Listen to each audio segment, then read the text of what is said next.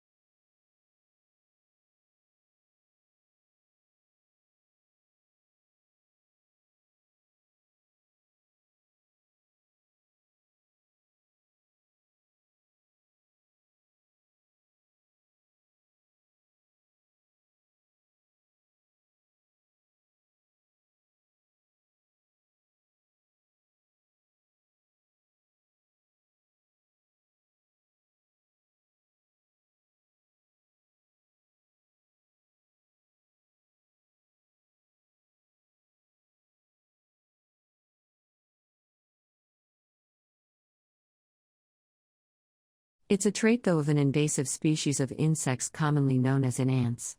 These are some two-legged guests you don't want at your picnic. If you live in Texas or the southeastern United States, you've been warned about fire ants. Their name comes from their painful, venomous sting, which creates a burning sensation in their victim. First, the ant latches on with its strong mandibles.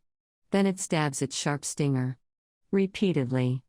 The burning sling combined with red coloration and aggressive behavior. Certain and make them some fiery creatures. If you don't bother fire, they won't bother you, but beware knocking over a mound. The ants respond to disturbances. When they sense your moment, they won't hesitate to swarm.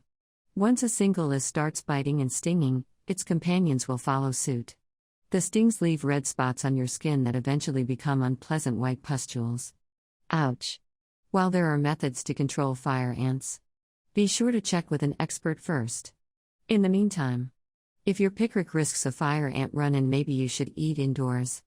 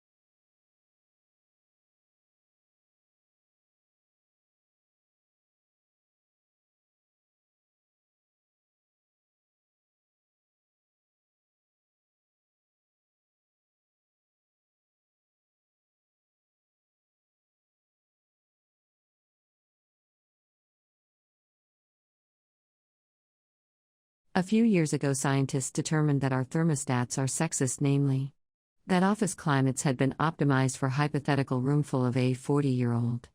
50-pound men using standards developed more than 50 years ago. And that ends up leaving a lot of women in the cold.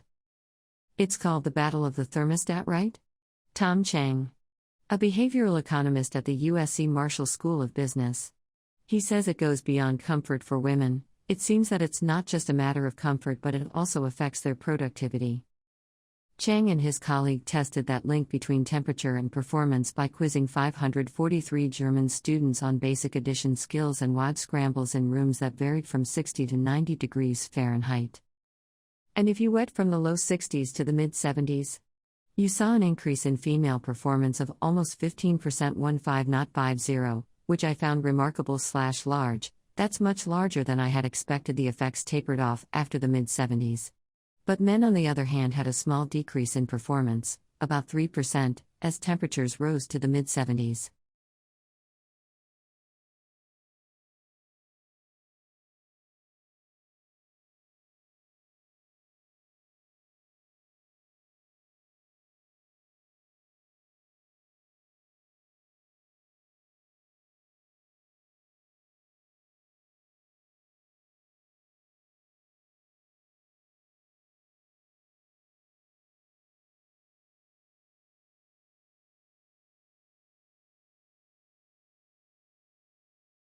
These two paintings, both called sunflowers, are generally accepted as the finest of several depictions of the thick-stemmed, nodding blooms that Van Gogh made in 1888 and 1889 during his time in Arles. The first is now in the collection of the National Gallery in London, and the second is in the Van Gogh Museum in Amsterdam. Van Gogh referred to this work as a repetition of the London painting. But art historians and curators have long been curious to know how different this repetition is from the first. Should it be considered a copy, an independent artwork, or something in between? An extensive research project conducted over the past 3 years by conservation experts at both the National Gallery and the Van Gogh Museum has concluded that the second painting was not intended as an exact copy of the original example, said Ella Hendricks, a professor of conservation and restoration at the University of Amsterdam, who was the lead researcher on the project.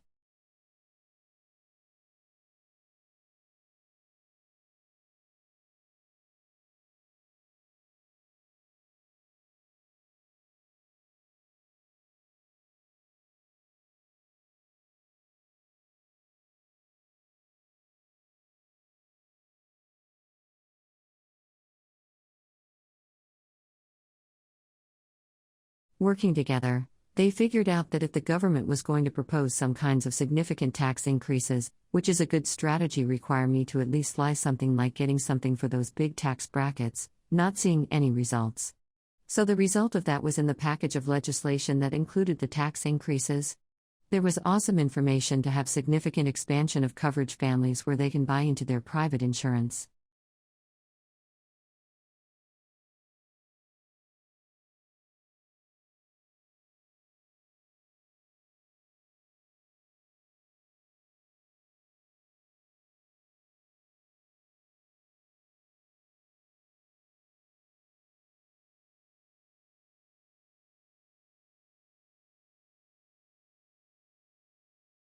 Rebuilding carbon-rich agriculture soils is the only real productive, permanent solution to taking excess carbon dioxide from the atmosphere. She's frustrated that scientists and politicians don't see the same opportunities she sees. This year, Australia will emit just over 600 million tons of carbon. We can sequester 685 million tons of carbon by increasing soil carbon by 0.5% on only 2% of the farms. If we increased it on all of the farms, we could sequester the whole world's emissions of carbon.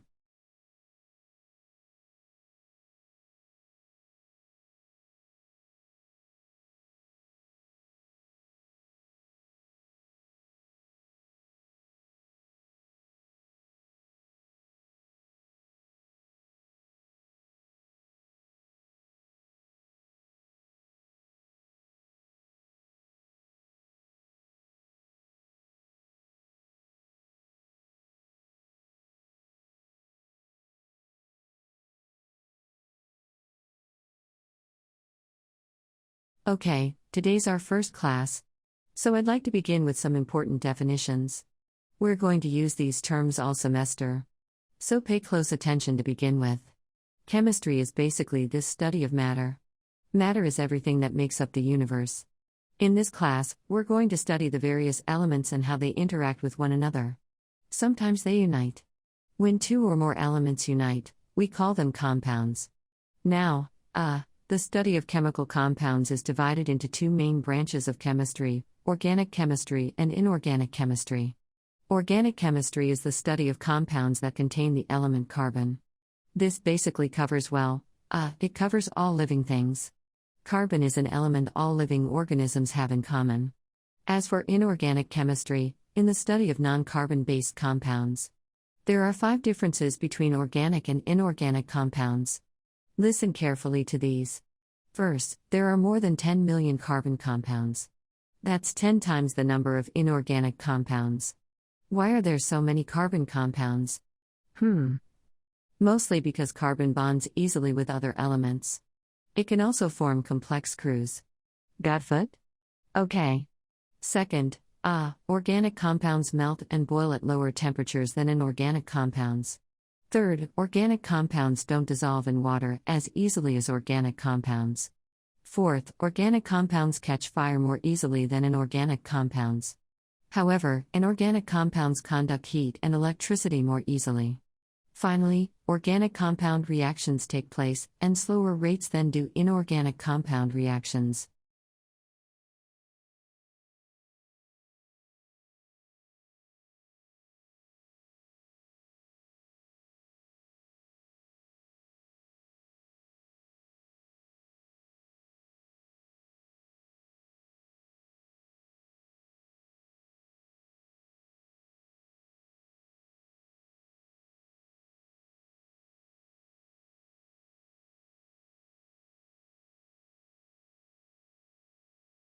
A taxi driver in Taiwan is offering free rides in exchange for singing a karaoke song.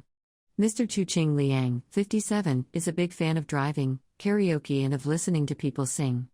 Mr. Tu has become famous for the disco lights in his taxi and his offer of free rides. It is easy to spot his yellow taxi. It has a pink neon star on the dashboard and colorful flashing lights inside. People can select a karaoke option if they use a taxi locating app in the capital city of Taiwan. Mr. Tu will appear on your smartphone screen. When Mr. Tu's taxi arrives, he will give you a microphone and an iPad on which you can go to YouTube and select the song you want to sing.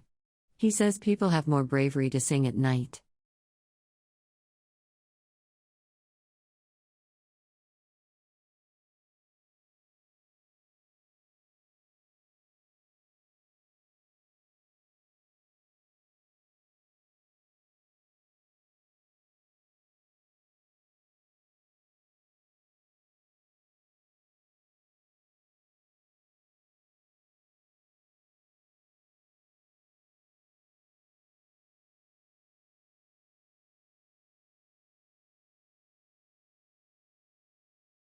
So we always had an attention economy. Whether it was on radio or television, there's always been a race for our attention, and it's a zero-sum game.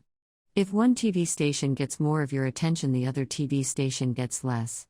But now, because we're spending more and more time on screens and there's so many things competing for our attention, we really feel it. And on the attention economy, with social media and with the internet and our screens, everything needs your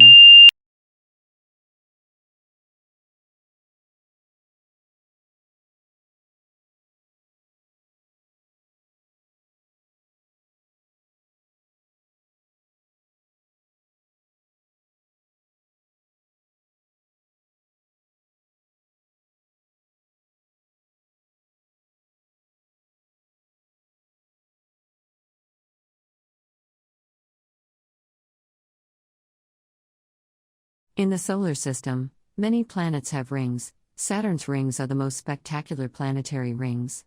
Consisting of different kinds of particles, these rings orbit the Sun. In 1610, Galileo was the first who spotted Saturn's rings. With his 20-power telescope, Galileo might have mistaken Saturn's gaseous ring to surmise that Saturn was formed of one planet with 2 moons as satellites. In 1675, Giovanni Cassini determined that Saturn's ring was actually composed of subrings with gaps between them. So the number of Saturn's rings are more than 10. Other planets like Venus, Jupiter, Neptune, Uranus also have rings but not as many as Saturn. Finally, scientists concluded that these rings are formed as a result of gravitational field.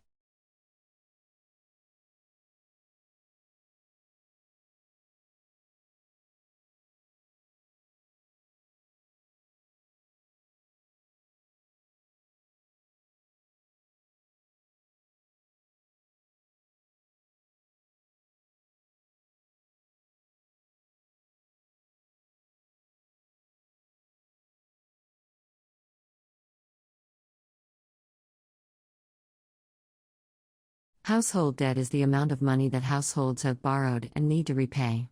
Their most recent data indicate that households are in debt somewhere around $14 trillion. Most of that $14 trillion, $9 trillion or so is debt that's due for mortgages, and the rest of the debt are things like cars, college debt, which is growing and becoming a problem, and credit card debt. I think it's not just the bottom end, it's certainly greater at the bottom end since they have less income and less ability to get out of debt, but it also is becoming a problem for the middle class.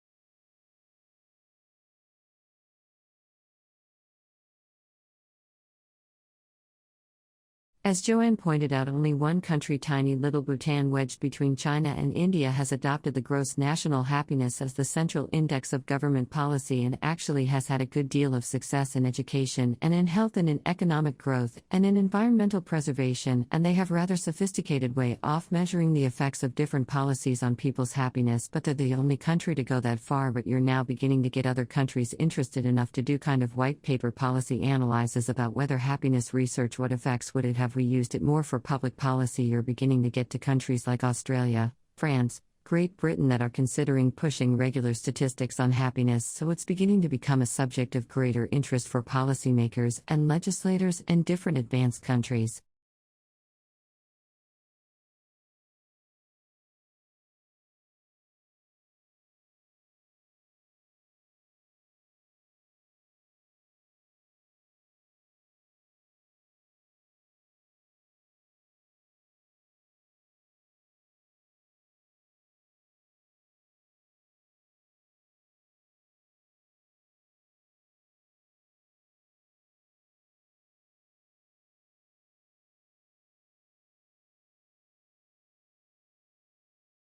He challenged the orthodox views on education.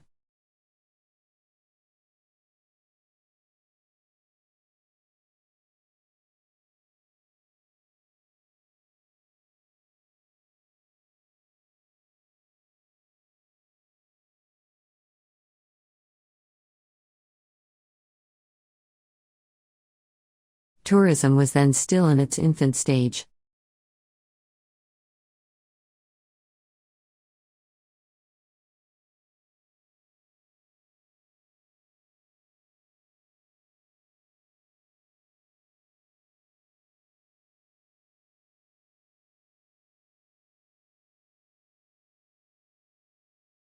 This music always makes me sad.